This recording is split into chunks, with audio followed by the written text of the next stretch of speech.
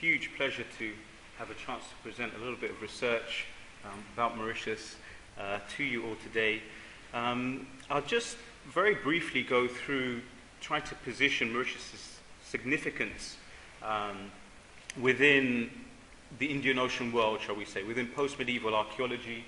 I hope this little clicker is working. Excuse me for 1 minute. Technical hitch.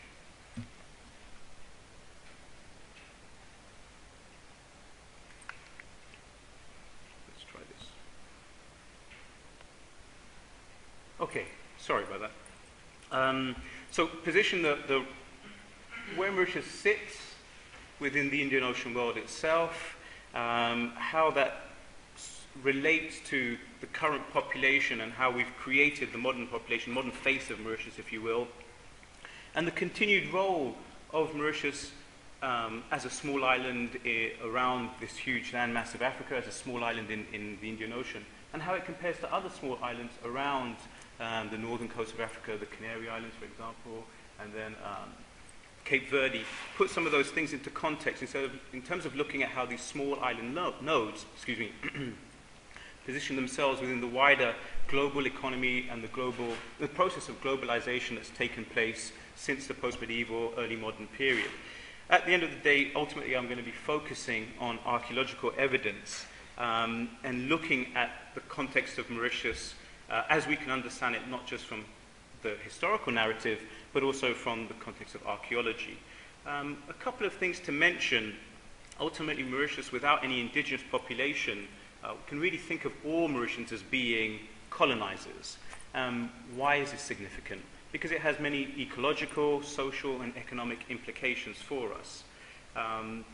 And what I want to do is to position the role of Mauritius, the role of this very specific population, development of this, shall we say, new population, not only within the context of the Indian Ocean world, but also within the context of the Atlantic and the broader world. Before I don't know what's going on with this. Sorry. Before I really get into the talk, though, I want to make a few. The project itself has depended on a great deal of support, both, as John mentioned, from funding from the Society of Antiquaries, but from a number of other funding bodies like the British Academy and so on. But also we've had many local partners that have helped us. I want to start off by thanking all the people that have been associated with the project, all of my co-workers and so on, who've got this project off the ground. I'll give you a very brief breakdown of the historical narrative that constitutes the island's past. This is a little line drawing, basically, of Fort Hendrick. In September 17th, 1598, the island was, shall we say, discovered, but first settled by the Dutch in 1658. And it was the Dutch who named the island Mauritius after the Dutch stadholder, Maurice van Nassau. Now, Mauritius had apparently been located on both the maps of Arab sailors and Portuguese, but the first settlements were by the Dutch. And this followed, there was the first period, as I say to you, in the 1658, was unsuccessful. There was another period where there was an attempt at settlement again that was also unsuccessful, and ultimately the Dutch abandoned the island in 1710. The statue of Maille de la Bourdonnais, this is found in the centre itself, Port Louis. The French took over the island in 1715 and named the island Île-de-France, and it was the first sustained and successful colony to have taken place on the island. And really the French have been the colonial group, the imperial group I should say, that have, let's say, coloured or positioned the culture of the island right up to the modern day, I would say. This monument is in this monument commemorates a battle in 1810 between the British and the French. Funnily enough, it was one of the few battles, I think the only battle, that during the Napoleonic Wars where the French actually beat the British. This was around August. By December, end of November, December, the British brought a much larger force to the northern coast of Mauritius. About 20,000 local French troops were based there, and the British brought 70,000. So there was a huge disparity, and the French capitulated with good cause, understandably. The French capitulated in 1810, and Britain officially took over the island at that point in time, but with huge amounts of concession to the French plantocracy. So effectively, the culture of the island, the tone, and the economics of the island stayed pretty much under French influence, religion and so on, influence of French language as well, and in the French the school system. But Britain took over the administration and did much to improve local infrastructure, as well as removing tariffs for sugar and so on. So it really increased the amount of sugar production and so on that took place. And that all happened under the British. The British renamed the island Mauritius. It was another one of the major changes that the island underwent under British colonial rule. So Susagar Ramgoolam is to Mauritians our Lincoln, our Gandhi, the person who took Mauritius to a state of independence from the British on the 21st of March 1968. Took the island to a peaceful independence, and I will just have a few minutes of the digression at this point. Really was the person who I had the good fortune as a very, very young child to meet on a number of occasions, and who at one point said to me, "You should do something like technology. You should do something that's different to what we have in Mauritius." I took the different and went forward with that. Technology at that point, as a young boy, didn't make too much of an influence on me, but had a huge influence on the rest of the career, I should say. Mauritius at that time, at the point of independence, like many small colonial islands, or actually large colonial enclaves, was thought to be on the verge of collapse. It would have collapsed, and it's one of the few success stories, in fact, has become one of Africa's success stories, because it then went on to, went on to establish itself in a number of other ways, using sugar, of course, but also different economic measures. So that's briefly up until, let's say, the modern period. I'll talk to you again quite briefly about the archaeology before I talk about our project specifically.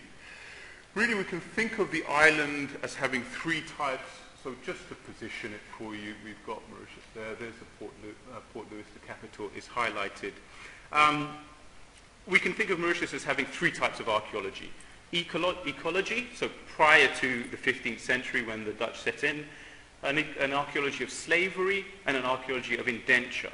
The ecology, really, with no indigenous population, as I say to you, all changes on the island can be considered to be consequential to human activity and resource exploitation.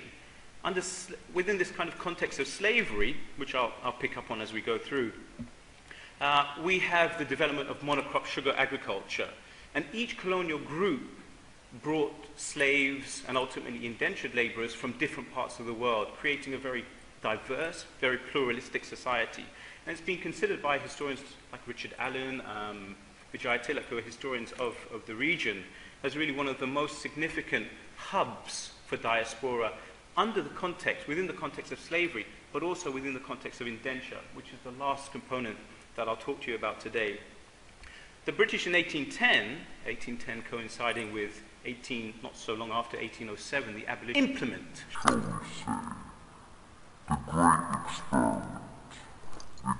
experiment to replace slaves from Africa with indentured labourers from, at that time, the jewel in the crown, India. And that really was seen as morally satisfying the movement for anti-slavery movement in Europe at the time, and also the needs for, economically, the needs for labour in Mauritius itself, but in other parts of the world. So that model is adopted globally, but it first took place in Mauritius. So if we take the slavery and we take the indentured context, we take those two things into context, we can see that Mauritius really is a very important place for us to study the process of colonization, the process of colonialism, but also overwhelmingly the process of diaspora. And I'll just give you a little hint of that. Please don't worry about the details of what this graph represents. Basically, this is our genetic information.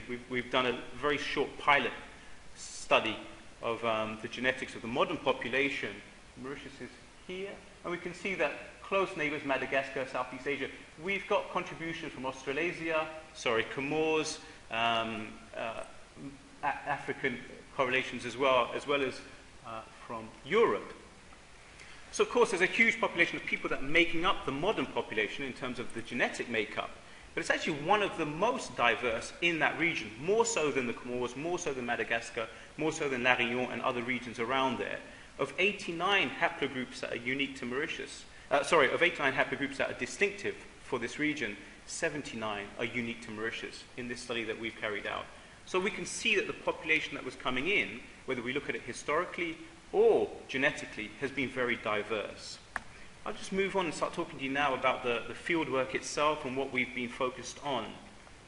So to capture this huge range of people, to capture the range of colonial groups that have come into the island and all the changes that have been implemented with those groups, we really need quite a large range of sites. And so these are 9 sites that we've started initial survey on in 2009. The project itself kicked off in 2008. And the idea is to look at the island as a site, because we don't have deep stratigraphy. We don't have thousands of years of habitation. So what we need to do is be more effective, maybe a little bit more innovative, with the types of archaeology that we carry out on the island and how we link those points in. So at the moment, that's going to be, that may not seem as if it makes a lot of sense, but I'll try to explain that as we go along, where different components of the archaeology taking place in quite disparate parts of the island can eventually link together to give us a better picture of the overall whole. And that's always the aim, I guess, of what we'd like to do. The island is actually quite rich in World Heritage sites, of 3 in the Indian Ocean, 2 on Mauritius. And I'll talk to you more about those, Le Morne and Akadvasi Gap. But I'll come and explain those to you as we get into more detail. What I'll start off with in terms of talking about the archaeology itself, let's say we look at it chronologically, the oldest type of archaeology. I won't spend a lot of time on this, but we have a couple of sites that have been really key for us. The lower one, and they're both, the little map at the bottom kind of gives you some idea of where they are. Tor Serf, an extinct, or should I say dormant volcano. We've done a little short survey on there, which should give us, with a program of coring, will give us about, within 2 meters, about 2,000 years worth of pollen information, for example. Give us environmental knowledge going back to about 2,000 years, and in which case we can try to position that to understand what has then gone on and been changed with the intervention of people. And this is Trois Cavernes, a cave, a lava system, which again has the same type of bioarchaeological information. We'll very briefly run through this is a nicer picture of Tor Serf. And we took a very short core from the edge of this lake. So it has a basin of water at the bottom of this, at the core, the basin of this volcano. And what we ultimately do is a program of coring that will reveal sediment as well as pollen. So these are 2 different types of pollen that will tell us about the types of plants that were there. And the idea is so ultimately this is all underway now. I hope that we can actually fulfill all these roles. The coring program is something very straightforward. We'd also like to core some coral in order to give us some indication of the sea surface temperature change and that sort of thing. But we'd like to do a LiDAR scan of the island as well, so that we have a very good inventory. We've got very strict points. We've got a few points of very deeply researched information, pollen and so on. And then we've got an overlay of the island's archaeology, but also topography and so on, coastline change, as that would have occurred over time using a LiDAR scan. So these programs are currently, let's say, funding applications are in place for these things, and I hope within the next month or 2 I'll know about some of them. Some of them have already been successful, and we'll see how we go with that. The archaeology, in terms of the ecological side, doesn't need to depend on all of this, but this is the kind of top-end ambition that I hope to be able to achieve within the next few years. I'll move on to one other component that we have. So the ecological aspect is hugely important to us, but it's something that will develop over the next 3-5 years. One aspect that we probably will focus on in less detail because other people have, there's been limited excavation, limited archaeology on Mauritius. I should have probably said that at the outset. Despite what I hopefully will show you, there's a lot of scope, the potential itself hasn't been developed. And we have a few problems in that archaeological heritage is not legislatively protected at the moment. So that's problematic. Just to come back to what I'm discussing here, a couple of teams have actually looked at some of the forts and that sort of thing that's been attractive to kind of the European model of archaeology. So it's been less of a focus for us.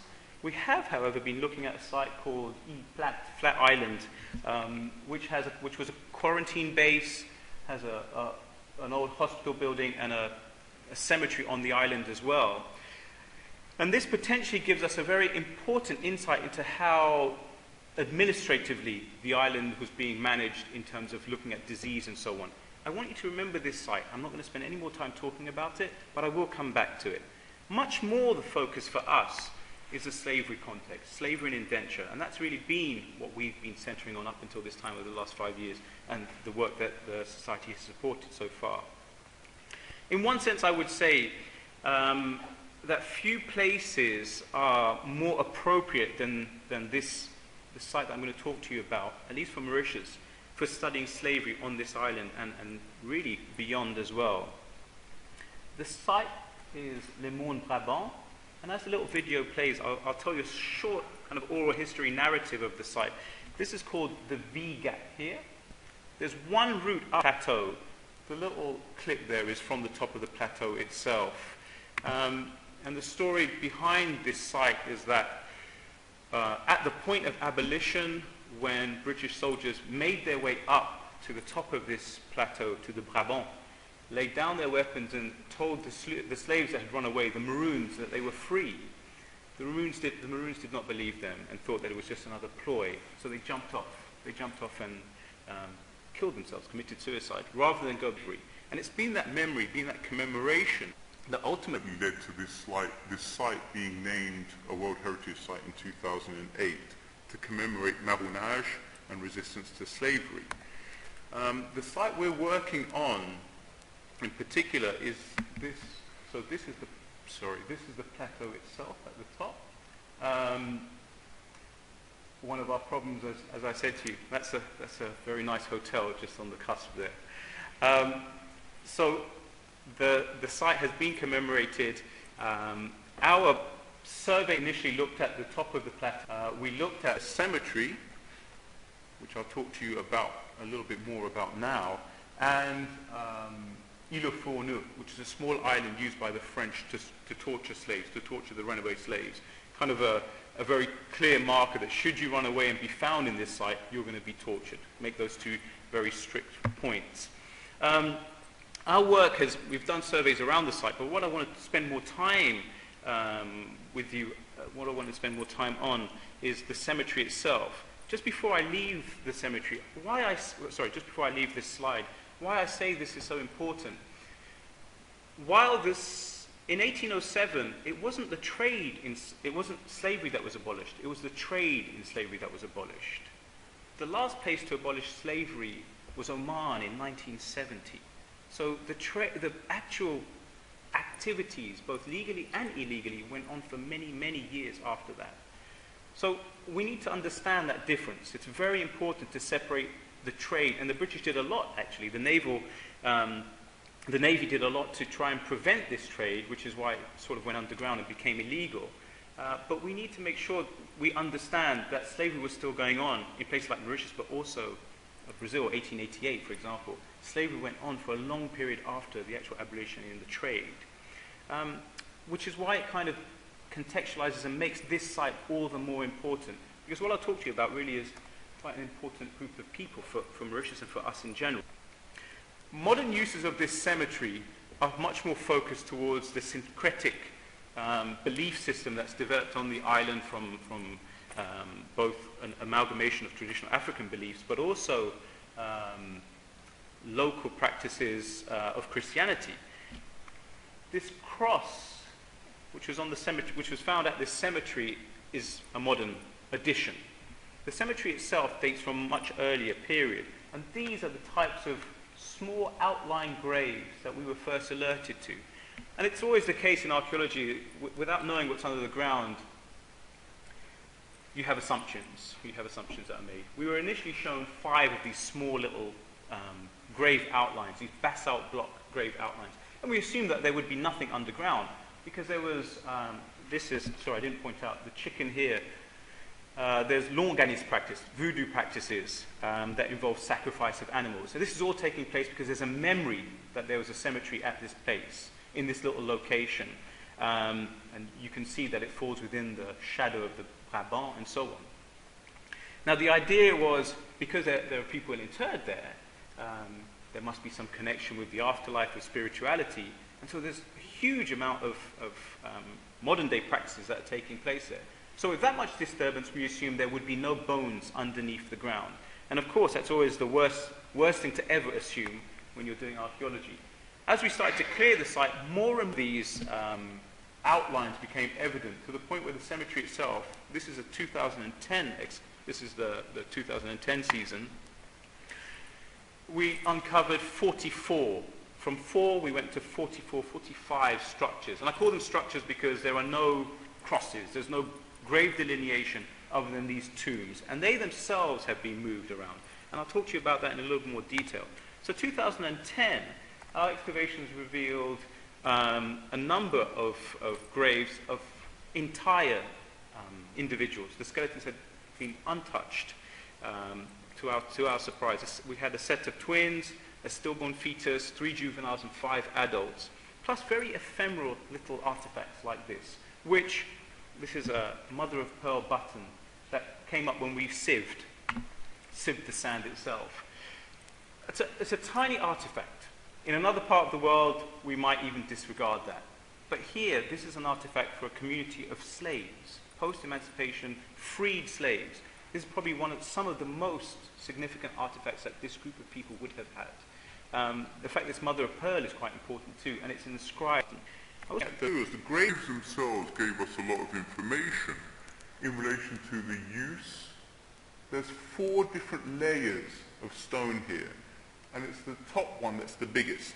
So there are materials that are being used from other parts of the near vicinity and being used to remake the outlines of these graves. There's some idea that the grave is here, but the stone outline itself can move through time. So it tells us something about memory of this site, and reuse and use of this space around the site itself. More recently, so just finished the season in 2012, December, the finds themselves have been becoming more interesting for us, so a second season. I'll just point out a little clay pipe here, a set of bone buttons, and a lovely little cup. I really like this. All of these are European artifacts. But what's happening is that they're turning up in graves of people that are ostensibly Catholic, they're Christianized, but they're not carrying out any of their traditional practices. They're not undertaking Christian burial practices. This site commemorates resistance to slavery in life. The cemetery is telling us that there's a huge effort to continue this resistance to slavery in death as well. There is no mimicry of Christian patterns. It's all mimicry of African patterns of using grave goods, of burial practices and so on, but still using European artifacts. Now, of course, we've got, the artifacts tell us a lot, and I say European artifacts, this is a very typical British clay pipe. Some of them are actually inscribed with British makers. The inclusion of bottles with some of the graves has palm wine, for example. It's not something that you would ever do within Christian burials. So the artifacts are important, they're telling us something. Of course, with a cemetery, the bones themselves are the things that are equally, if not more, significant. This little article has just come out recently. One of our more poignant finds was a mother with a stillborn child, a fetus. This was everybody else's head faced south, but as if they would be getting up to look at the Brabant itself, with the exception of this fetus here. And they had laid it out, whoever had buried this lady and her child, had laid it to mimic birth, basically. to try and mimic what in life had not happened. And we found some, with the bones as well, we're able to do some additional methods of analysis to find out without any doubt where people were actually coming from. Because up to this point, we have no idea whether the interred are of African descent, Indian descent, or in fact could be European. Who knows? Our DNA has revealed very categorically that these are people who are predominantly Mozambican and Madagascan. I just wondered if this makes anybody's ears perk up. In terms of what I've been telling you initially, this is where sometimes carbon dating we need to take with a pinch of salt, shall we say, a small pinch of salt. 1616 to 1715, the carbon dates just came out a month and a half ago. They're out. They're out by at least 100, 150 years. All of the artifacts that I've shown you are from the British period. This would have people being interred almost before anybody had actually settled in Mauritius. So, as archaeologists, we have to be very, very careful when we're using these dates. And I say that, again, I emphasize the point, because it was a carbon date that was used initially for the inscription of the site. And so we need to take all those things and be careful with how we use that data. So I'll just draw a line under the slave component there. That's where we're up to in terms of looking at slavery. I go back, hopefully have another season of work in about 3 weeks. And we'll keep expanding this site, because the last season, we're starting to turn up bones in areas of this cemetery we hadn't really anticipated finding material before. So this cemetery is much, much larger than we originally thought. I'll move on very quickly to the indentured context. I start off deliberately with a clear screen here. If ever you type in slavery, it's very easy to find commemorations to slavery. The slide that I had initially where we've got, am I not your brother, that sort of thing. If you try to do that with indenture, you don't really find very much. Indenture is not really seen as something that correlates with slavery. Free labor, that word free, what does that actually mean? Actually, many laborers, the thing that's interesting is that we did have slaves coming from Southeast Asia, from Asia during the period of slavery. We also had African indentured laborers coming during the period of indenture into Mauritius. So people who were coming as free laborers were also forced onto boats, were also dying on ships, and were also subject to very similar terms of habitation, very similar terms of life while they were under their supposed 5-year free contract, including at times the shackle, including at times the delineation of how far they could leave from the estate. So it wasn't slavery, but it was something very similar. And what's interesting about this is that the marked differences is the indentured laborers kept their name, their religion, and their language. And that has been something that has is completely different between slavery and indenture. Just to give you some idea of the indentured diaspora on Mauritius itself, the second, which is actually the first World Heritage Site, but the second one that I talked to you about today, is the Aparvasigat World Heritage Site. And these are the 14, I always get this number wrong, 14 or 16 steps that commemorate that initial experiment. People coming from wherever they were in the world, coming to Mauritius supposedly for a new life. And whether that new life was really a new life is what is debatable. What we're looking at here, a number of sites, as I say to you, the World Heritage Site itself, an indentured labourer barrack. That's quite interesting because this has been considered, this has been a national monument since 1974. There are small sets of stone-built, basalt-built dwellings that have been associated with the indentured diaspora. These are not the houses or the dwellings of people who are actually sugar plantation workers.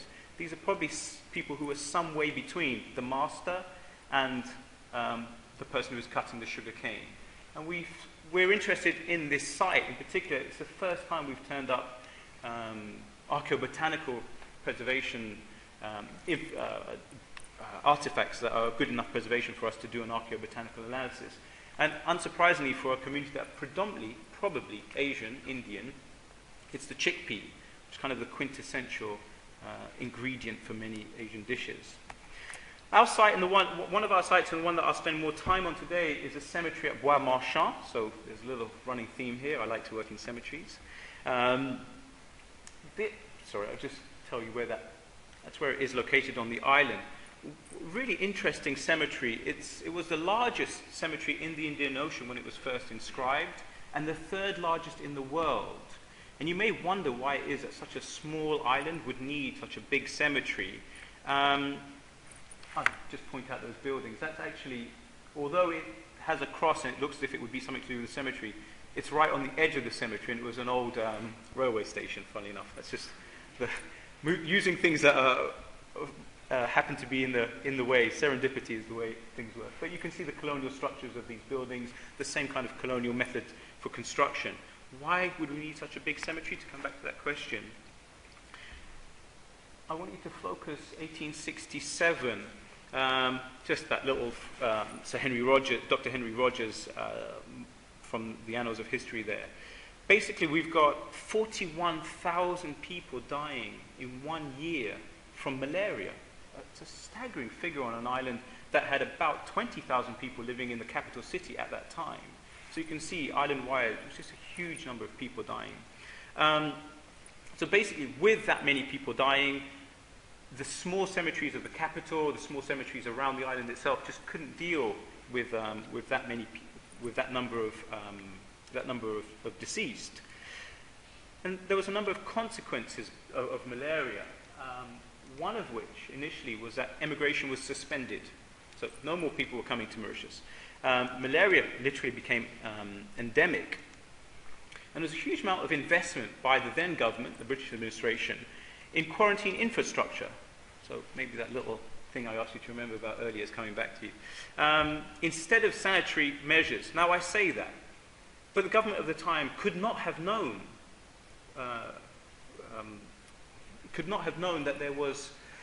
that malaria was actually tied to mosquitoes. There was an assumption that malaria, was passed on through bad air. So the idea at that time was the right thing to do, to follow quarantine. And they constructed this huge cemetery. Now, you can't really get an idea of the scale here, but this is the main kind of 2 lanes each way motorway for the island. So maybe that gives you some idea of this cemetery's size. We're working with, this is a cemetery that's still in use today. And we're very fortunate, again, another one of these little serendipitous stories. On a cemetery of that size, I had a conversation with a local historian who suggested that maybe we would like to look at that cemetery to add the indentured diaspora to the slave diaspora that he'd been working on in relation to osteology, human bone. He suggested this cemetery, but didn't really give me a particularly strong indication of where we should dig on a cemetery that was about 100 hectares in size. When you turn up there, the cemetery is still being used. So again, where do we find where we should actually excavate? I'll show you a map in a couple of seconds, but ultimately there's a proportion where malaria sort of had its own role to play because of this idea of malaria passing through air. One portion of the cemetery had never been reopened since 1867, simply because of that idea that if you redig, you'll expose malaria back up to the present population, the population of that time.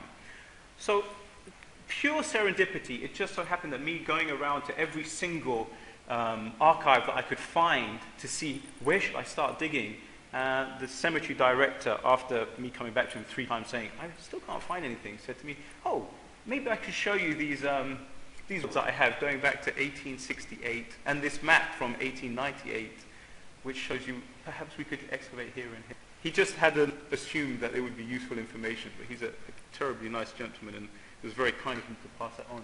And he always makes, so these guys are actually the present-day grave diggers. There's a kind of father-son relationship here where people still use very similar techniques. And they basically would tell us to within 1 hole length where there would be inhumations on this site. So it's very important. So this is my group of students and other colleagues working with the local guys who really give us a huge amount of information about how this cemetery functioned even 100 and something odd years ago. So our aim here is to look for indentured labourers, but it would appear from some of our grave goods. So these are actually embossings, metal embossings.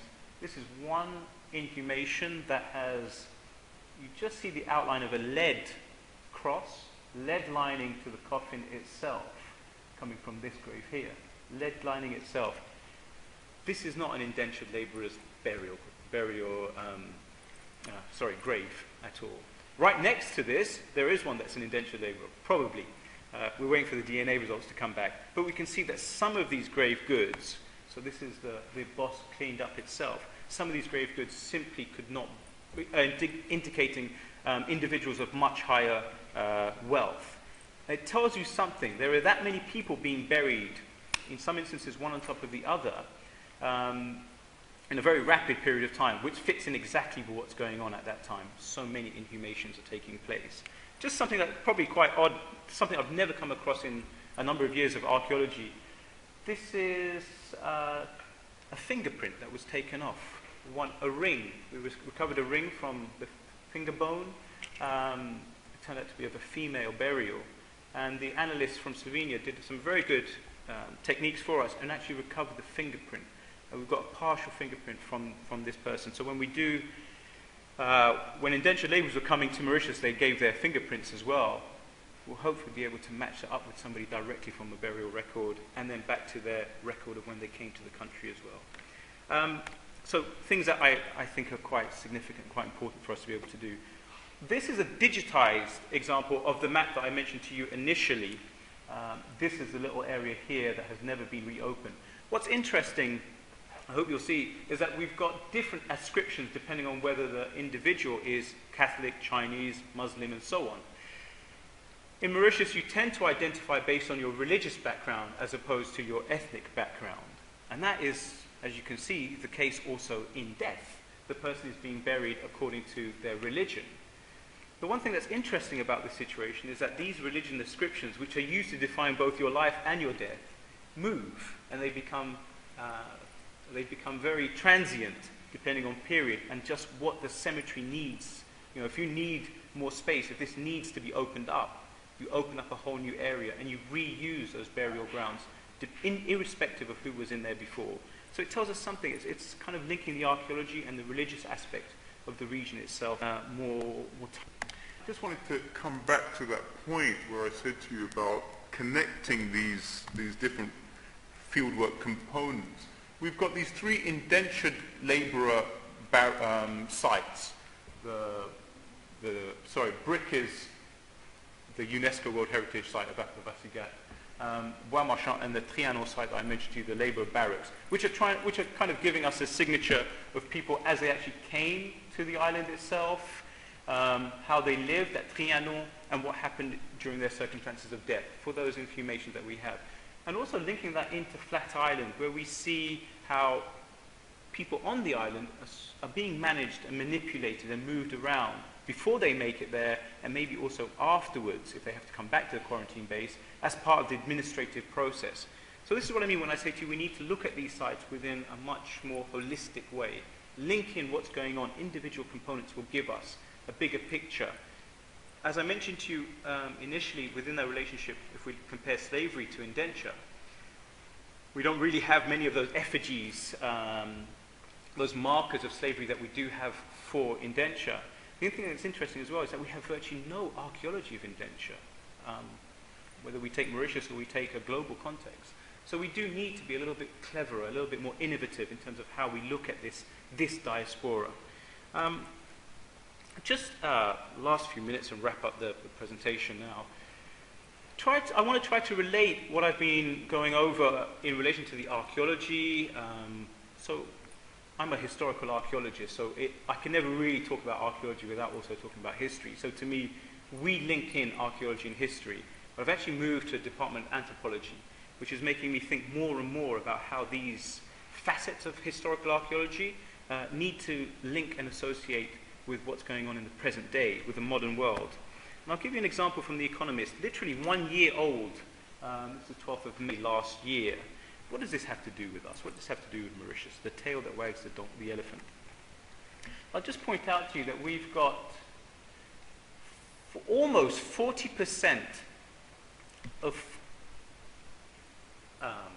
financial funds that end up in India from other parts of the world come through Mauritius. And why should that be significant? Because we have still maintained, the island has still maintained its strategic importance.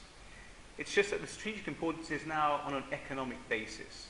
Mauritius was strategically significant because of where it was located in the Indian Ocean, moving spices, moving slaves, moving goods around the world.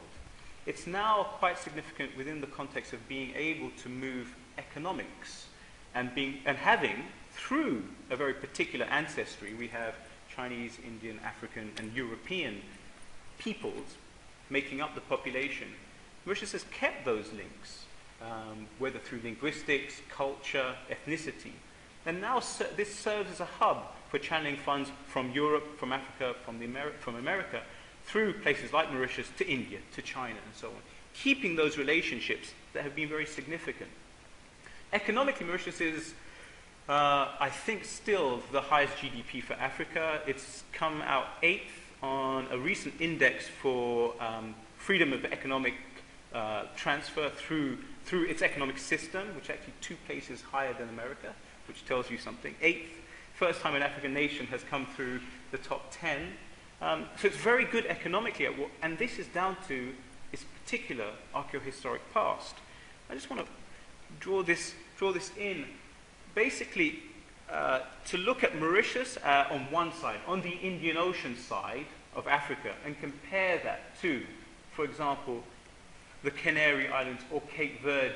Canary Islands have a very interesting background. The first place where Spanish colonialists interacted with indigenous populations, and you can imagine it was a very similar model to what happened in the rest of America.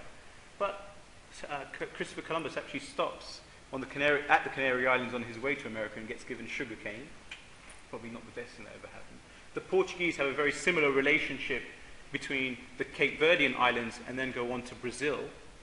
In Mauritius, we have Dutch, French, and British colonial groups coming through.